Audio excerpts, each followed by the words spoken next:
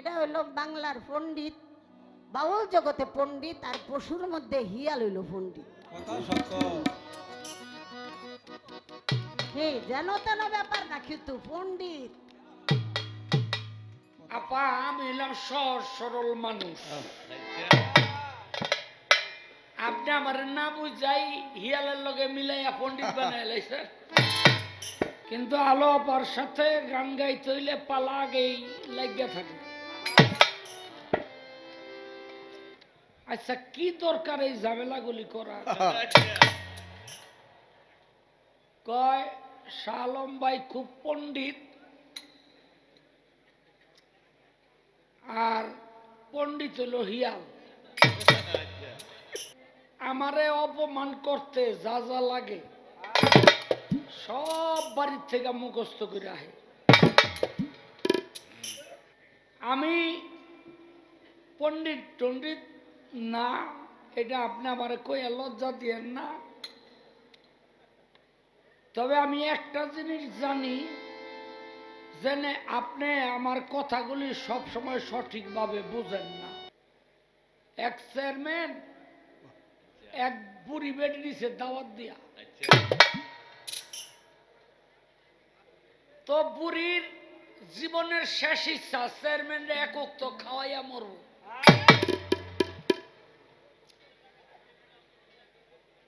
তো চেয়ারম্যান সব দাওয়াত পাইয়া গেছে, খাইছে লইছে, খুব খুশি হয়েছে।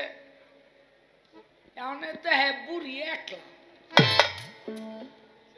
কয় মা তোমার তিন কুলে কেউ নাই? কয় না। কয় চলো ফিরো কেমনে? কয় খুব কষ্ট হয় বাবা। কয় তো ঠিক আছে, আমি তো এলাকার চেয়ারম্যান, তোমার উপরে আমার একটা দায়িত্ব আছে, আমি তোমার একটা বয়স্ক ভাতার ব্যবস্থা করে দিব। বুড়ি বেটি উঠটা কয় চেয়ারম্যান সাহেব এই বয়সে আর ভাতার দিয়া করুন কি? নিজেরই তো জান চলে না। চেয়ারম্যানের কথা কিন্তু বুড়ি বোঝে নাই। আপা আমি হলাম সহজ সরল মানুষ, আপনি আমার না বুঝাই হিয়ালের লগে মিলাইয়া পণ্ডিত বানাই লাইছে।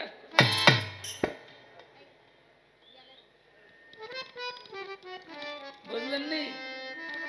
পীরের রূপ নয়নে রাখো, হৃদ কপটে ছবি আঁকো। কয়েক কানা মানুষ পীরের দেখবো কেমনে? এই সারা জনম মনে রাখবেন, কানা মানুষ কোনোদিন বউ চিনতে ভুল করে না। আজ পর্যন্ত দেখছেন বালা মানুষগুলি অনেক সময় আর এক বেডির ঘরে গিয়া ঢোকে, কিন্তু কানা মানুষ নিজের ঘর ছাড়া কোনোদিন বউ চিনতে ভুল করে না। আরে কানা মানুষ চুলের গন্ধটা শুনলে কইয়া দেয় যেটা আমার বউ না।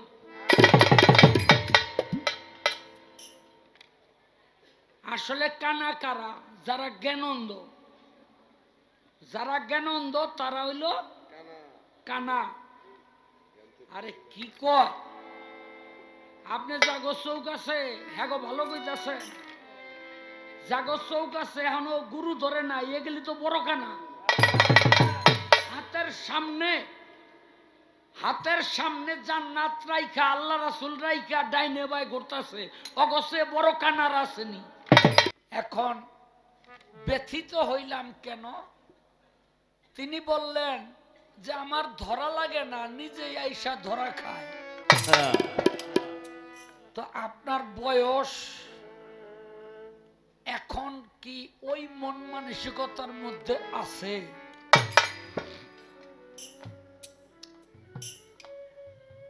এজন্যই গ্রাম অঞ্চলের একটা প্রবাদ আছে, বান্দর বুড়া হইল গাছ বাবা বলে না।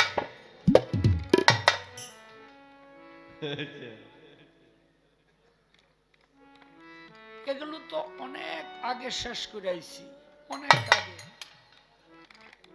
দেখেন আপনি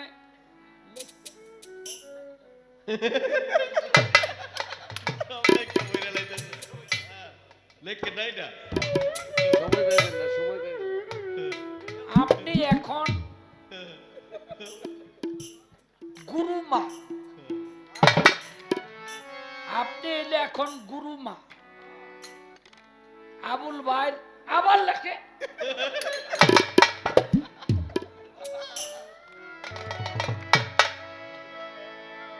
আবুল ভাইয়ের হাজার হাজার ভক্ত, শুধু আবুল ভাইয়ের হাজার হাজার ভক্ত আপনার মায়ের আসনে বসাইছে তা না, আপনার নিজেরও লাখ লাখ ভক্ত ছেলে আছে, এটা কেউ না জানুক আমি জানি, যারা আপনাকে মায়ের আসনে বসায় রাখছে। এই পৃথিবীর থেকে আপনি পর্দা নিলে যারা নিজেদের পকেটের টাকা শ্রমে ঘামে আপনাকে স্মরণ করবে, তো এখন কি আর কে ধরা খাইলো আর কে এই এখনো এই চিন্তাগুলি আপনারা করেন। এই আজকে থেকে একেবারে মাইরা কাইটা জবাই করে হালাইলো রাও করবেন না, শুধুমাত্র সুফিবাদ প্রচার করবে। গান যারা গায় অগ গান গাইতে দেন। আমি যেটা মনে করি আপনি আমি আমাদের মতো কিছু মানুষ, ফকির আবুল ভাই, আমরা আসছি ধর্ম প্রচার করতে, আমরা ধর্মটাকে প্রচার করি। কি বলে? যারা গান গায় গাগা, আমাদের কোনো অসুবিধা নাই।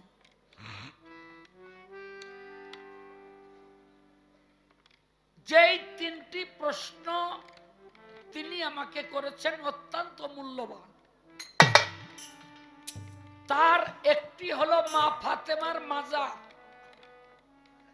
আগের মতো যেন হয়ে যায়। হবে হবে, কিন্তু এটি সময়ের ব্যাপার। কেন? একটা সময় মা ফাতেমার রওজা মোবারক আমি আল্লাহ পাক আমাকে নিয়েছিলেন 2016 সনে। হজে আমি গিয়েছিলাম জান্নাতুল বাকিতে, মা জননীর রওজা মোবারক আমি দেখেছিলাম। একটি সাইনবোর্ড আছে নাম ফলক, তার পাশে মাথার কাছে একটা পাথর দেওয়া, আর তার পাশেই উসমান গনির রওজা মুবারক, সেখানেও একটা পাথর দেওয়া আর নাম ফলক সেখানে লাগানো। কিন্তু এটা কি এই অবস্থায় ছিল? না। ওসমান গনিরও সেখানে মাজার ছিল, মা ফাতেমারও মাজার ছিল। এই মাজারগুলো করেছিলেন কারা? ওসমানিয়া খেলাফত নামে একটা খেলাফত এই পৃথিবীতে চালু ছিল, যারা ছিলেন তুরস্কের, যার প্রথম পুরুষ ছিল আর্তুগুল। ইতিহাস পড়ে দেখবেন, এই আর্তুগুলের ছেলে ছিল ওসমান। যেই ওসমান ছিলেন আদি পীর মুসাফিরের ভক্ত, যিনি একটি আর্তুগুল ছিলেন একজন সৈনিক, সৈনিক থেকে হইলেন একটি প্রদেশের গভর্নর।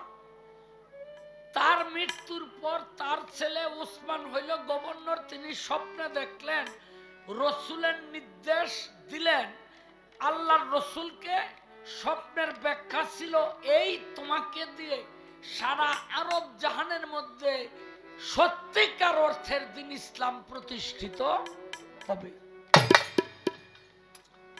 আদি পীর মুসাফির তার ব্যাখ্যা করলেন, আর এই সুলতান, মাফ করবেন, ওসমান এই ওসমান সেই তুরস্কের প্রধান হইলেন। তুরস্ক থেকে আরব জাহান পর্যন্ত তিনি বিস্তৃতি ঘটাইলেন।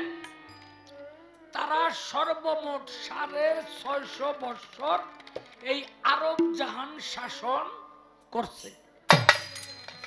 একটা নাটক দেখে আপনারা একটা নামের সাথে খুব পরিচিত আমি জানি, সেটি হলো সুলতান সুলেমান আর হলো হুররম। এই হুররম মক্কা মদিনার যত কাজ সব হুররম করছে। হুররম কিন্তু নও মুসলিম, সে কিন্তু খ্রিস্টান থেকে মুসলমান হইছে, কিন্তু রসুলের প্রেমে এমন ভাবে হাবুডুবু খাইছে যে মক্কা মদিনার যত কাজ সব এই হুররম করে গেছে। আর আল্লাহ পাক তার বিনিময়ে তাকে কি দিছে? তুরস্কের মধ্যে একমাত্র হুররমেরই মাজার আছে, আর কোন নারীদের মাজার নাই। কিন্তু এদেরকে হটাইয়া, এই ওসমানিয়া খেলাফতকে হটাইয়া ইয়ামেনের দস্যুরা তারা সাগরে ডাকাতি করত। এই জলদস্যুরা সৌদির ক্ষমতায় আসলেন, মানে আরবের ক্ষমতায় আসলেন, মাজারগুলি সব ঘুরিয়ে দিল। সব ঘুরাইতে পারলো না। কোন মাজার? একটা হলো আমার নবীর মাজার, আবু বকর সিদ্দিকের মাজার, আর উমরের মাজার। কেন? এই তিনটা হইল এক জায়গায়। সবগুলি মাজার ঘুরাইয়া দিয়া নাম লেখা পাথর দিয়া মাথার মধ্যে থুয়ে দিল, এহেন অমুকের কবর। কি লেখছে? মাজার নাই, কবর। কেন? কবর শব্দের বাংলা অর্থ হইল জাহান্নামের গর্ত। হ্যাঁ, আমি যা বলি শোনেন, নোট করেন, পরে এগুলো জানবেন। কবর শব্দের অর্থ হলো জাহান্নামের গর্ত। এখন আপনি আমি মুসলমান, আমরা কি বিশ্বাস করি আমার মা ফাতেমা সে জাহান্নামে যাবে? ওসমান গনি জাহান্নামে যাবে? ইমাম হাসান জাহান্নামে যাবে? ইমাম হোসেন জাহান্নামে যাবে? তাহলে কেন আমরা তাদের মাজারকে কবর বলবো? কবর মানে হলো জাহান্নামের গর্ত।